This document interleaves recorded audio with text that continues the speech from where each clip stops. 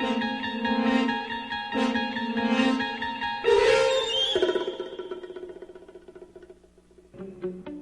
traveling through another dimension, a dimension not only of sight and of sound, but of mind.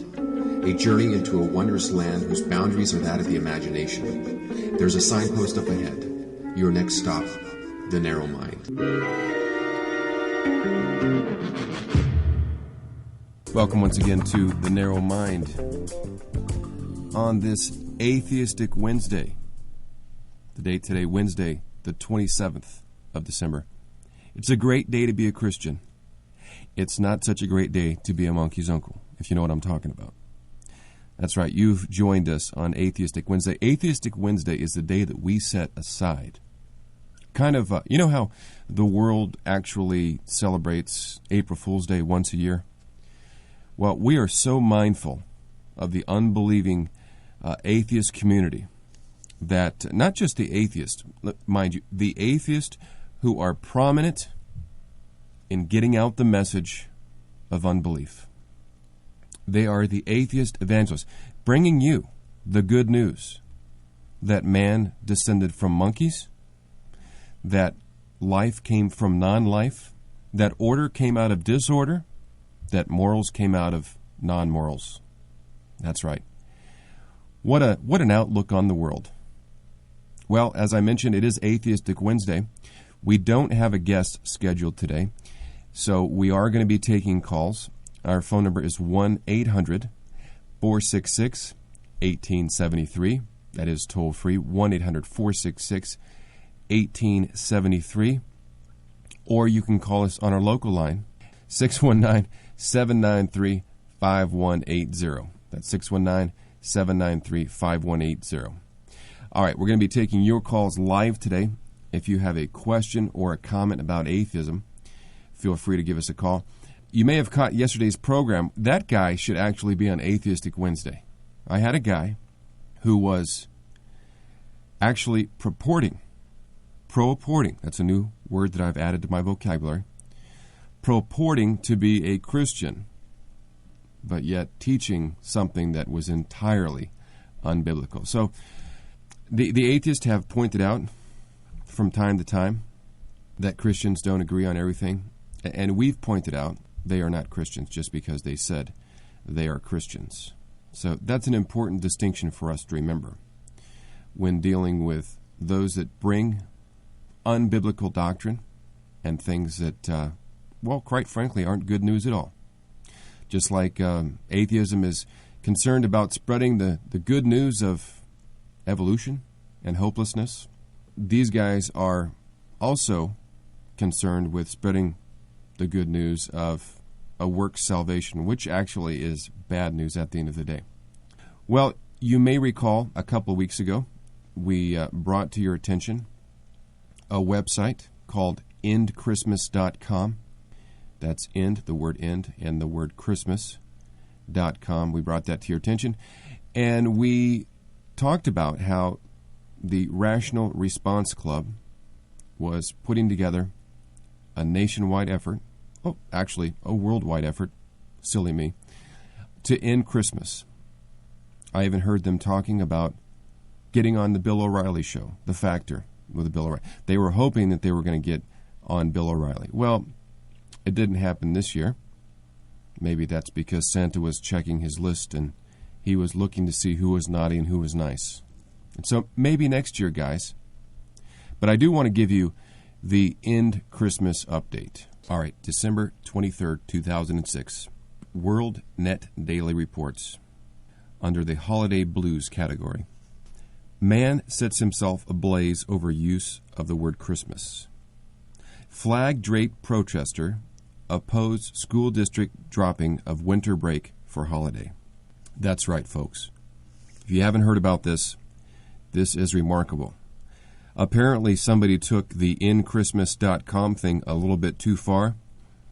A 31-year-old man is in critical condition after setting himself ablaze in an apparent protest over a school district's decision to call winter and spring break Christmas and Easter break. The protester, reportedly draped in a flag, ignited a decorated Christmas tree, an American flag, and a Revolutionary flag replica that read, "Don't tread on me," before pouring a can of fuel on himself in front of the Kern County building in Bakersfield, California yesterday.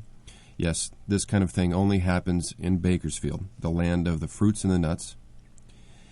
The man, or rather California, the man whose name was not released survived thanks to the quick action of the sheriff's deputy and several court employees. According to the Bakersfield Californian, Deputy Lance Ferguson, who was stationed at the entrance of the courthouse, saw smoke coming from the county's Christmas tree outside.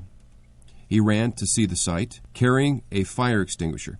Upon arriving, the man standing next to the burning tree and holding a red can over his head poured a liquid over his head, and flames quickly jumped from the tree to engulf him. Despite Ferguson's repeated efforts to convince the man to drop to the ground, he and a parole agent used their fire extinguishers. The burning man stood with his arms crossed across his chest and his head bent down, saying, "No, no, no." A passerby captured the man's 30-second ordeal on his cell phone. I haven't seen that. I'm going to have to check that out. Ferguson finally grabbed the sweater he found on the ground to beat out the flames. The immolation attempt came one day after Kern High School Board of Trustees voted to return to the use of Christmas and Easter break instead of winter and spring break for the holiday vacations. Quote, "We're just trying to uphold American cultural and religious history," said Chad Vegas, a minister and a member of the Board of Trustees who proposed the name changes December 6. "It's not even the biggest item on the agenda, but the liberals are obsessing about it," he said before the 5-1 vote to revert the names to their pre-1980 titles. The board represents a district of more than 30,000 students. The injured man suffered first-degree burns to his shoulders and arms, said Bakersfield Fire Captain Garth Mullum. He also had third-degree burns to his face. "It's the most awful thing I've ever seen in my life," Deputy Ferguson said. According to Bakersfield KGE TV News, the man carried a sign that read, "Expletive Religious Freedom." He made a statement while in the ambulance about the destructive effects on religion.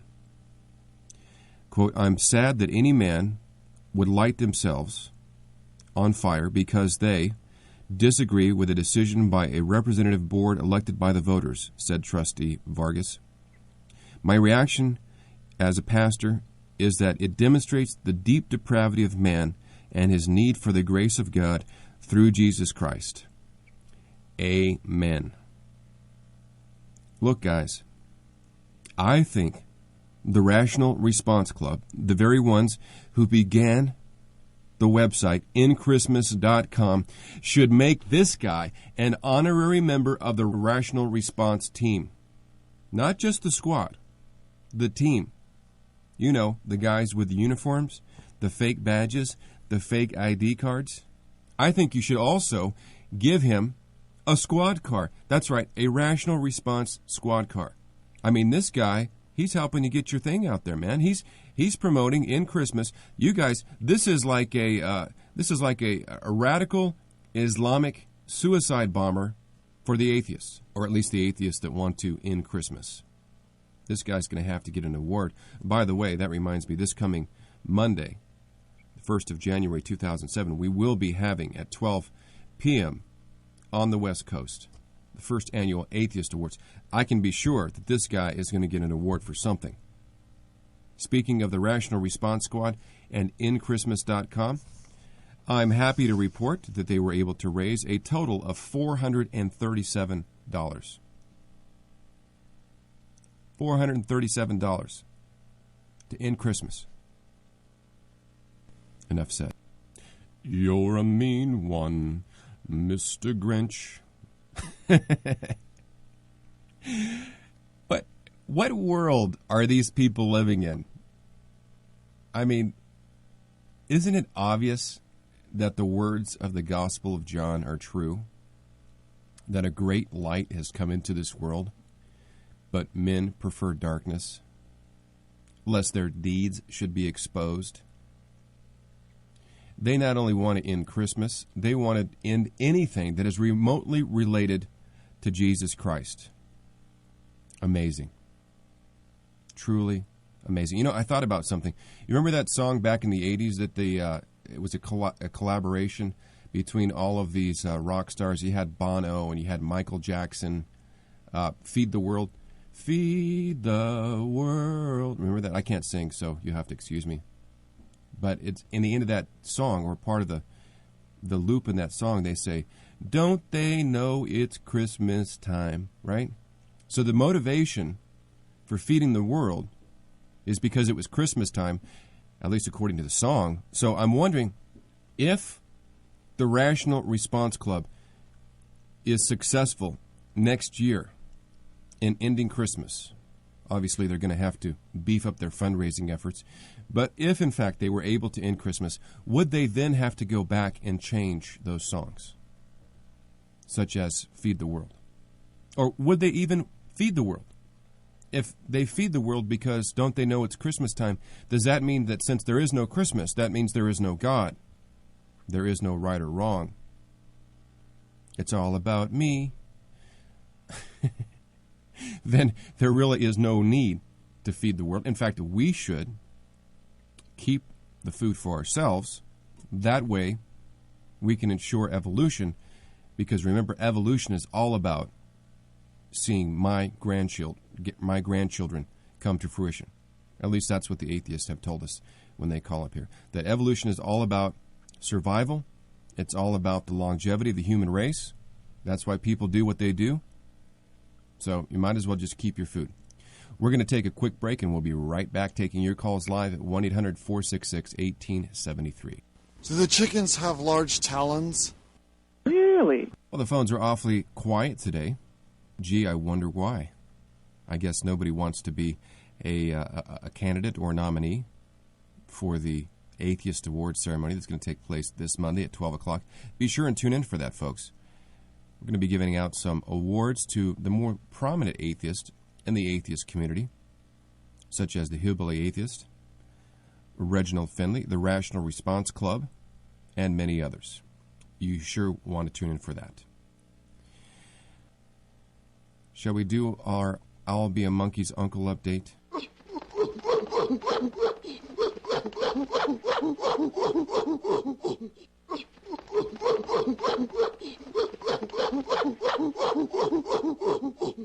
You may have noticed the picture on the homepage there.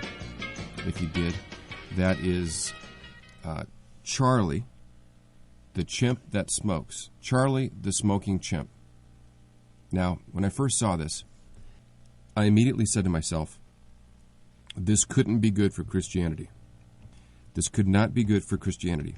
A monkey that is now smoking. I didn't know what to do.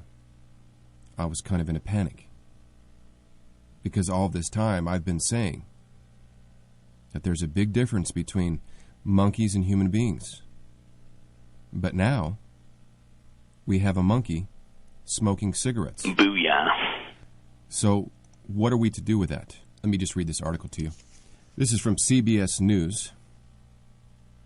It says on April 21st, 2005. This is old. I'm not always the quickest at getting a hold of these things, so maybe that's because I'm a Christian and I kind of live in the dark.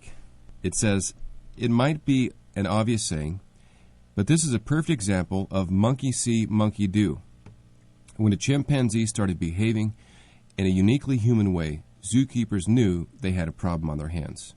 Charlie, the smoking chimp, picked up smoking cigarettes after he picked up a pack of cigarettes thrown to him by the allegedly smarter humans who came to see him at the South African Zoo. Charlie's picked up the habit from watching people. He learns from mimicry. Daryl Barnes of the Bloemfontein Zoo told CBS News correspondent Richard Schlesinger, adults should know better than to encourage smoking. Children certainly do. Do you think it's a good thing that people give the monkey cigarettes? Schlesinger asked one little girl. No, she replied. What will happen? They will get sick. Everybody gets a laugh watching Charlie smoke, like a hairy, scary star of an old tough guy film, but the people who care for him and care about him are not amused. Zookeepers have asked people to stop offering Charlie cigarettes. He's getting older, said zookeeper Barnes, and as he gets older, if he smokes, it'll damage his lungs. But Charlie is addicted to cigarettes. And according to the zoo, he acts like a naughty schoolboy and hides his cigarettes when his handlers happen by. So now the zoo has to help a monkey go cold turkey, resist the temptations of humans, and get him to understand that monkey see, monkey do isn't a good philosophy, as do what I say, not what I do. There you go. This is your monkey's uncle update. A chimp that is smoking cigarettes. I like that. Monkey see, monkey do. Notice the author of this article says, kind of in a jab here, the allegedly smarter humans who come to see him at the South African Zoo. So obviously, the humans aren't much smarter if they're not only smoking cigarettes, but they're offering the chimp cigarettes. Now, we're going to post the video we have up on our homepage. We have just the still shot of Charlie with a cigarette in his mouth. But we are going to post the video on the blog so that you can see it with your own eyes. Charlie smoking a cigarette, thoroughly enjoying it, inhaling it, blowing the smoke out. Looks like he's been smoking for years. Doesn't cough or anything. So, as I mentioned, when I first saw this, I said, what do we have here? This is going to be problematic. The atheists are going to use this against us. This is going to be a score in the column of atheism, evolution. But as I see, the people who you might think would be most sympathetic to the advancement of the chimps living in their zoo, they're very upset. They're very upset because this is now something that is detrimental to the health of Charlie. But here's the question. If evolution works from the premise that the main point in existence is the longevity of life and advancement of the species, then why did Charlie start smoking? I mean, doesn't Charlie know that he might not ever evolve into a human being? That his grandchildren, he may not even have any grandchildren. You know, smoking can make you sterile. This guy could end up lying in a bed next to the Marlboro Man. I don't get it. So it originally turned out to be something that I perceived as a threat to Christianity. I now see, actually, as a point scored in the advancement of the anti-evolution theory, creationism as it's taught in the Bible. Well, we don't have any calls, and I have to wonder why. It seems that a lot of our atheist friends are very bold when they're sitting behind their mother's computer, maybe while their mother's at work. Maybe she doesn't know. That's why they're bold. And they type and they type and they type and they type. In fact, some of our atheist friends are typing up to 5 comments a day on our blog. That's right. 5 comments a day. A guy by the name of Mark. Now, I'm not accusing Mark of borrowing his mother's computer. I'm just making general sweeping statements. But you have to wonder, why would an atheist listen to the narrow mind? And not only listen to the narrow mind, but spend hours upon hours upon hours trying to refute what it is we're saying here. And some of the comments that are being left are quite shocking. That's right. These atheists, and I'm speaking of Mark from Ohio, have admitted that there is something called universal truth, although there isn't something such as a universal law of non-contradiction. That's right, folks. Go figure. And on top of that, he's also told us that he can't know anything for sure. He can only know things with great probability. Can't know anything for sure. Why? Because as he's worked backwards, he has no epistemic foundation. He has no theory of knowledge to lean on. It could all just be a dream. It could all just be a piston misfiring in the brain. It could be that the foam in the brain is fizzing in the wrong direction. It could be several things. But he pointed out that one would have to know all things. In other words, one would have to be omniscient in order to know anything with complete certainty? Well, guess what? There is one who is omniscient. His name is Jehovah, the triune God of the Bible. Call him Yahweh if you want. You can refer to him as Jesus. It doesn't matter to me. But there is one. And by the way, lest the atheists forget, he is foundational to our worldview. That's why we can know things and you can't. That's why we can say that we know with complete certainty that there is an absolute truth, because the one who knows all things has told us there's absolute truth. But here's the irony. Here's the irony of the whole thing. When an atheist says that he can't know anything with 100% certainty, we have to ask the question, does he know that he can't know anything with 100% certainty? You see, the image of God keeps welling up in him, because as he's made in the image of God, he possesses the very ability to be in touch with certain truths. One, that there is a universal truth that he can lean on. But his worldview won't allow for that. His theory of knowledge will not allow for that.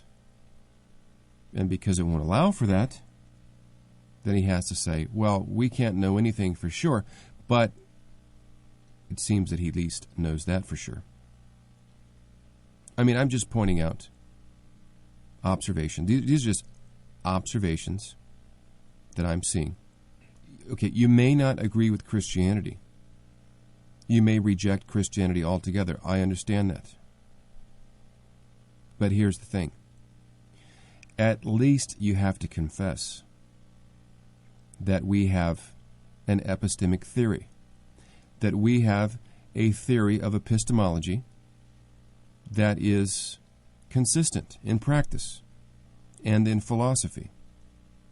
You may not like Christianity, but you got to admit, we got a pretty airtight system going on here. We're going to be back tomorrow. We're going to cut the show short because we're going to allow some time for atheist friends to go down to the pharmacy and get a shot of testosterone. Maybe they'll call back next week.